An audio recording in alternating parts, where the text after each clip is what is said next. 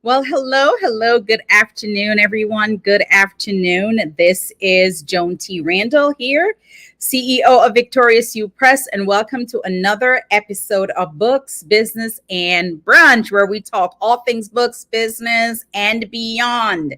And I am excited to be here with you today. We have an incredible topic that we can't wait to dive into and get into and share all the details that we have. But before I do that, I'm going to turn it over to my co-host, Miss Leslie Cottrell. Hello, everyone. I am Leslie Cottrell, and I am a book writing coach and the COO at Victorious You Press. And Joan's down in the lovely South, and I'm up here in the rainy, chilly, beautiful Monday afternoon in New England. Whoa, New England. And we just had this bad rain and storm in our neck of the woods, Leslie. And there's like so many people that have lost their lives. And I think it was yesterday or the day before, they found 200 people that were missing in a church, and they were all alive. Oh my goodness, I hadn't heard that. That's incredible. Oh my God, 200 people. Wow. They were all in a church and they survived. They just had no heat.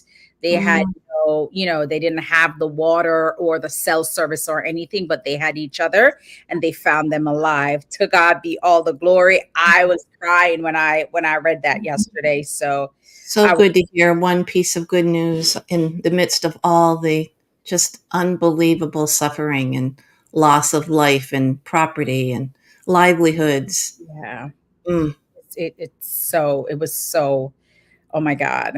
Let me just get this Books to Business and Brunch. I can't do more than one thing at a time. All right, Leslie, you can talk until I'm finished. Yeah, well, as I see you working on that, I am reminded that I didn't think to do that today. So I haven't shared it either. But today we are really excited to talk about our subject because it's something that we actually talk about in different ways quite a bit. But we want to talk about why business owners and coaches and ministry leaders should write their own book. Yes. And let me tell you, this is such a near and dear topic to me because, as you know, Leslie, this whole business started because of a book, right? But here are some things that I think why it is important for entrepreneurs, business owners, coaches, consultants, ministry leaders, people that are in a position of leadership in some way, somehow, should write their book, because it gives you authority in the area of your subject matter, in the place that you are operating, right? So for me, Leslie, there's so many coaches now. Everywhere you turn on social media, there is someone who is a coach doing something coaching wise, right? Or there is a consultant consulting people about, different things, money mastery, book business, healing, wellness. It's everywhere, right? But I want to know that if I'm gonna take my hard earned money and invest in someone, I want to see receipts. And I don't have to see the receipt. Like, I don't have to see anything on your wall to say that you are certified. I just want to see who you have helped and what has their results been, right? So if you're a book coach, I want to know who you helped write their book. I want to know what was the result. I want to know how their book did. If you're a financial coach, I want to hear from the people that you helped with their money, right? Because too often people are just starting businesses without any substance. And I love that they're starting businesses, but I want them to also put themselves in a position where they are investing in their own expertise.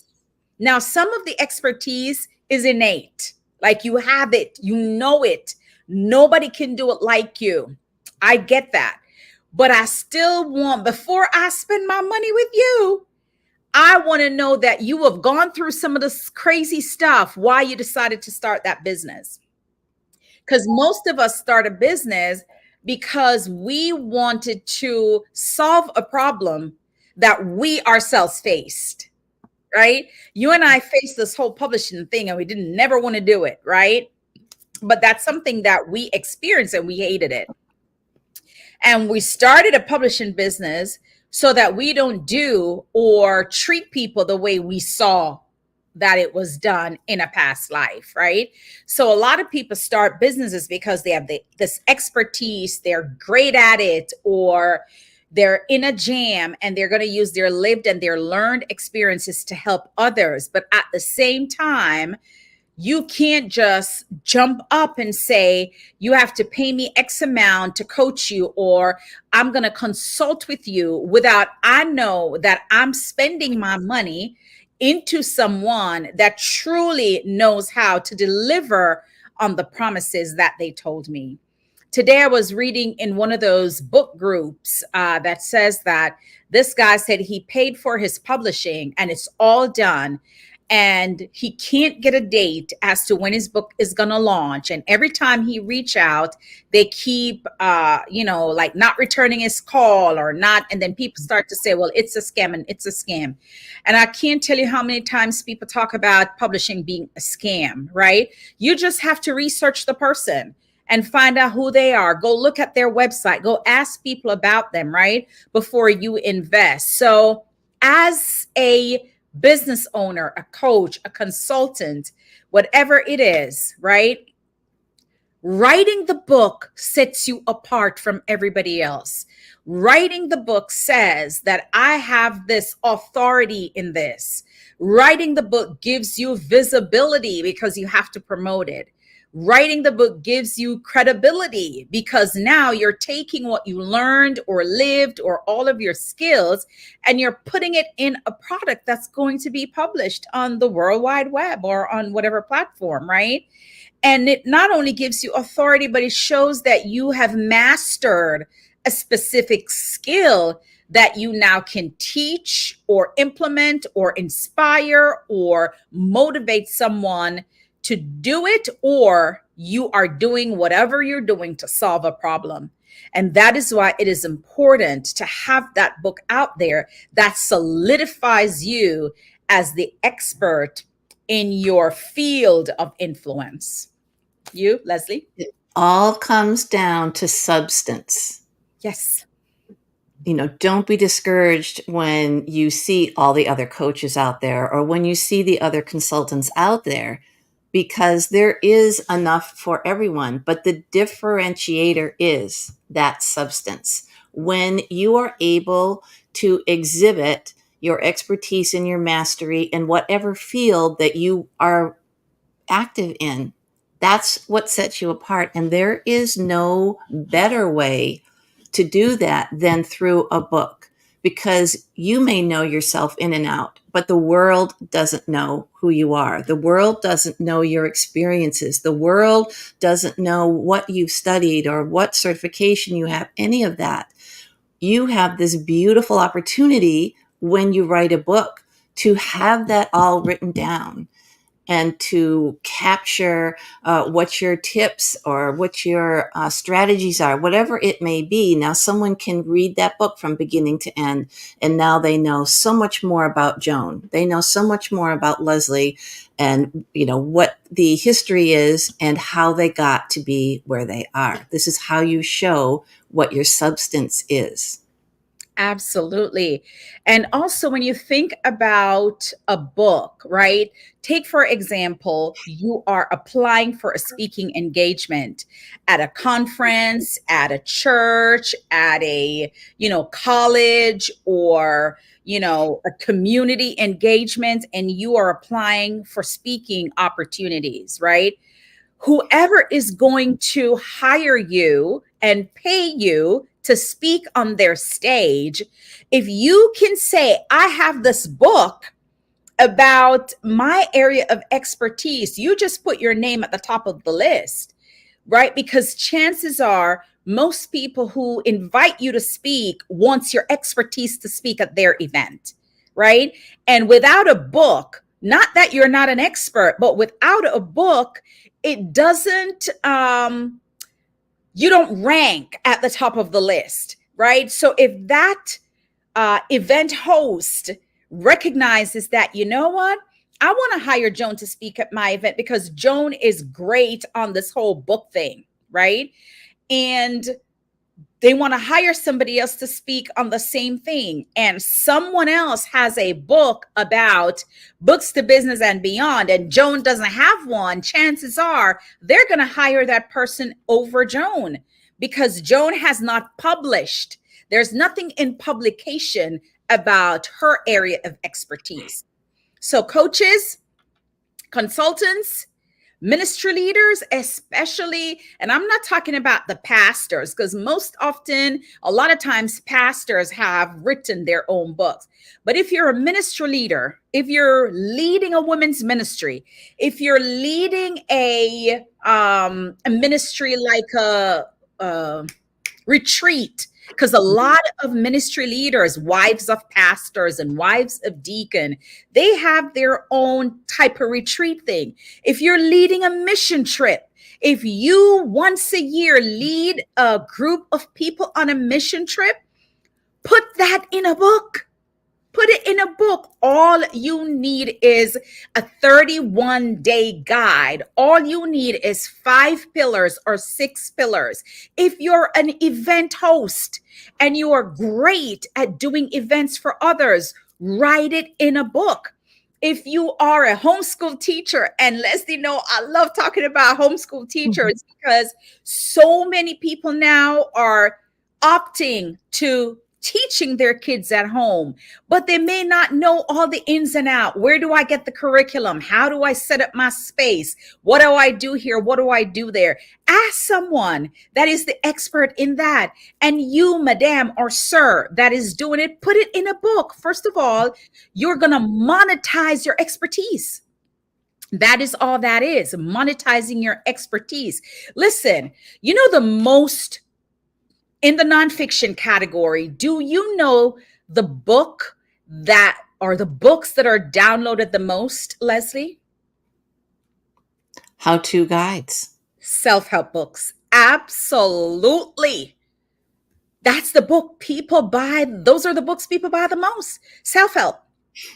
Help them with their mindset, help them with overcoming tragedy, help them with healing, help them with motivation, help them with inspiration. But do you know that most of those books, most of those books really put the onus on you to figure it out yourself? Because when you buy a journal, a devotional journal, or a healing journal, they are writing these journals and asking you to write in the journal. People don't want to spend time writing in journals and journals with tons of blank pages, right? People want to get substance. Oh, my book is way over there because I was going to show you this book. I recently spent $32 on an gratitude. Was it gratitude, Leslie, or inspiration? I think it was It gratitude. was It was some kind of journal. And somebody recommended this journal for me. It's a 365-day journal that talks about, I think it was gratitude and inspiration.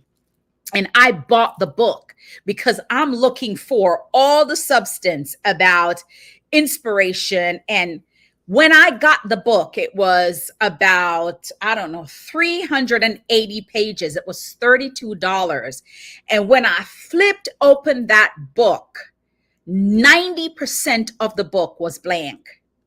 On each page, it had one line at the top, one line, one line. And then it asks a question like, list the things that make you happy. I'm like, wait a second. I am buying this book because I want you to help me get to happy. I can't get to happy. I'm struggling getting to happy. And so I need a book to help me. And all you did was ask me the same thing I've been asking myself. Right. And so that's a whole nother thing. So you guys that are the experts, that are the leaders, that have the learned experiences, that have the substance, that you can put it in a book so that people who are spending hundreds of dollars buying self-help book and how-to guides can finally get something that they can digest. Now, if she had written this book and on each page she gives me three things. Here is a tip for how to find your happy. Here are some of the tools to get to your happy. And here is how you execute your happy. Here are the three things I want you to do to execute. Then that would have been a whole different level of woosah because now I got something. So, because of that, we're doing this whole mastery guide. We are trying to get people who are the underdog that thinks that they do not have a book, but spent years perfecting the skill, this learned thing that is transformative, that you can transform and give it to someone else. You spent years building this expertise that you have. Yes, you are a coach, right? And you might coach people to build businesses, but somewhere in there is a expertise that you have that deserves to be published. So here's what that helps you to do. Not only are you getting clients for your coaching business, but you're also getting people buying your book so that they can build coaching business as well, right? So it's a win-win for you. And now you are seen as the resident expert. And probably some of those people who bought your book may never have met you, but your book left an impression on them. And now they're reaching out to you for you to coach them, right? And this goes for business owners, coaches, consultants. This goes for ministry leaders with your mission and all of the things, your women's ministry. Put that in. How do you build a women's ministry that is successful? How do you help women that are in the church overcome the stigma of what the church is now labeled as, right? Because no, people not wanting to go to church because of all the labels out there, right? But how can you write a book that shows, hey, it has nothing to do with the building. It has to do with who you are as an individual. So write a book that brings out the best in people that are in church if you're a women's ministry leader or something like that. So we want to encourage you to write. There is something that you have to write that you can leave for others to utilize the skills. You spend 50 years learning the stuff. Now it's time to monetize your 50 years of knowledge. And so it is important for you to write a book. Leslie? I was just thinking about a new team member that we have.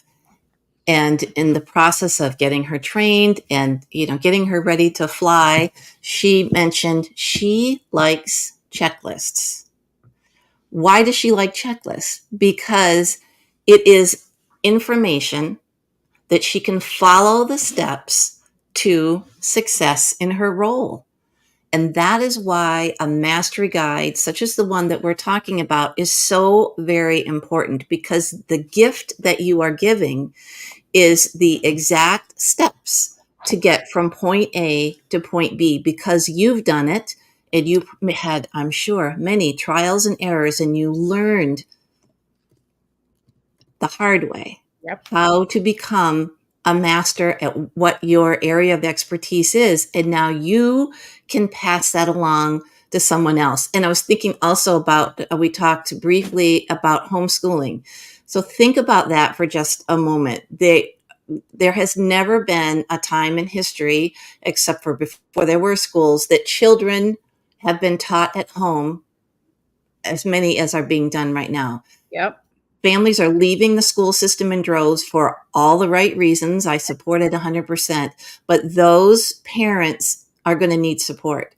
Those parents are going to quickly burn out if they simply attempt to replicate what was happening in the schoolroom. So there needs to be a new way, a new system for these parents to adequately bring their kids up in a homeschool situation. So think about the gift that you'd be giving if you're that person. You've successfully done it. It's an incredible gift, and it will expand your reach in a way that you can't otherwise. Yeah. And as you were talking about that, another thing that came to mind was travel. I saw a study recently that says that people who travel lives longer, because it means that they're getting themselves away from the humdrum of just being at home, and they are exploring other places, cultures, learning, because travel is one of the best ways to learn, right?